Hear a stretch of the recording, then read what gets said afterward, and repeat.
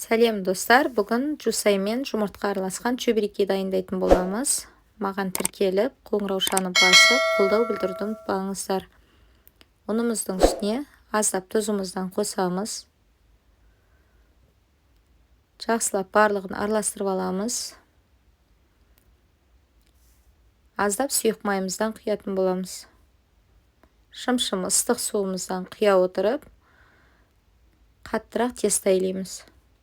Аз-аздан суымыздан құя отырып, арасында түйіршіктер қалдырмай теста илеп шығамыз.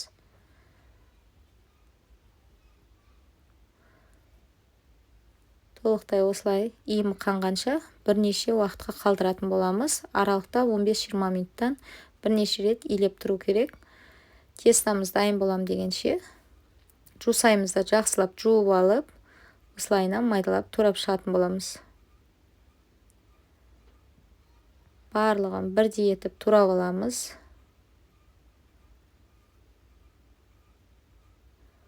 Турап алған жусайымызды ыдысымызға саламыз.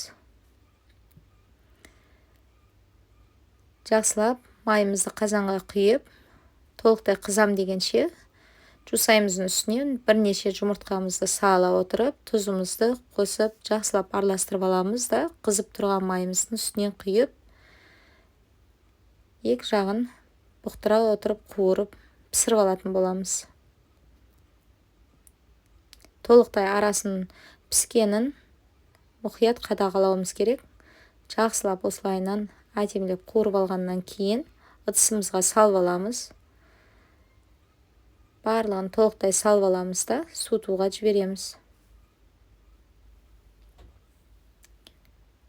Жусайымыз толықтай сойым дегенше тестамыз тағы да бір қайтара иімін қайтара илеп алып, толықтай иімі қанғаннан кейін төртке бөліп алатын боламыз. Барлығын осылайынан төртке бөліп аламыз.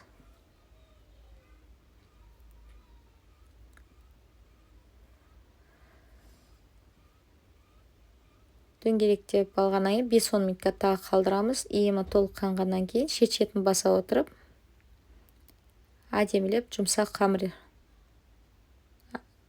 Тестамыз жұмсарғаннан кейін әдемілеп осылайынан екі шетінен баса отырып, жұқартып жайып алатын боламыз.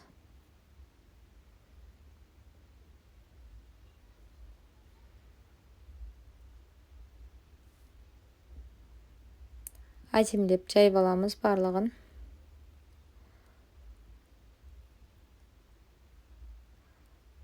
Толықтай дайын болғаннан кейін осылайынан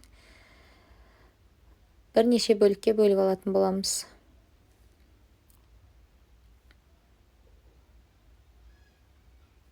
Барлығын теңдей етіп бірнеше бөлікке бөліп аламыз. Мен енді 4 бұрыш тәріздес етіп жасайын деп жатырмын. Негізі қалай жасайым десеңіздер де өз еріктеріңіз дөңгелек, сопақша тәріздесіп жасауға болады. Мен енді шағын чөберекеге клиентімнің заказы болғаннан кейін, осындай өтініш жасағаннан кейін 4 бұрыш тәріздес қылып жасадым. Барлығын теңдеп бөле отырып, арасына начинкасын салып шығатын боламыз. Барлығын теңдей салып шығамыз.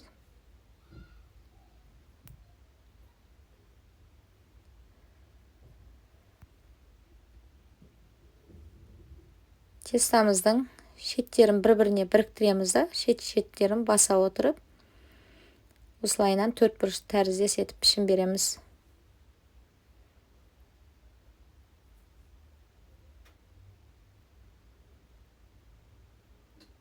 Барлығын шеттерінен басып,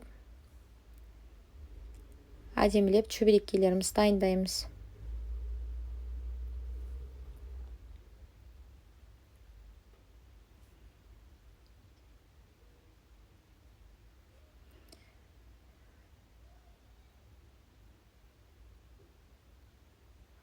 Үш бума жусайға 9 жұмыртқа қостым. Аздап шым-шым тұзымыздан қосып, ортасына начинкасын дайындадым қуырып.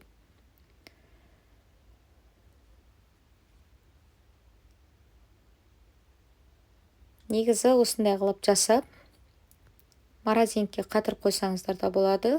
Осы тестоға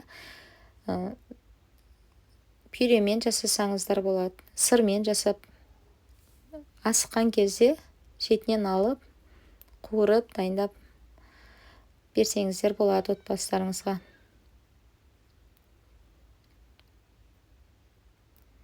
Барлығын осылайынан дайындап аламыз да.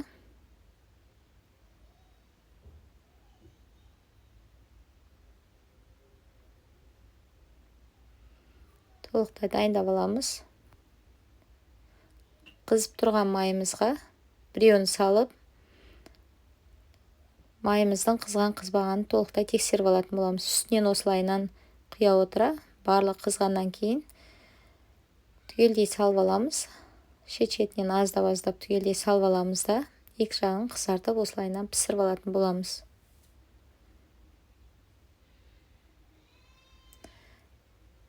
Өте дәмді болып шығады.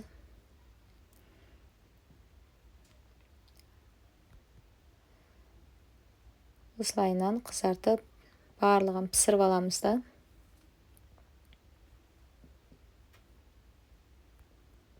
Толық піскеннен кейін дәмін көреміз. Ерекше дәмді болған. Сіздер де жасап көріңіздер. Отбасыларыңызға жасап, балаларыңызды қуантсаңыздар болады.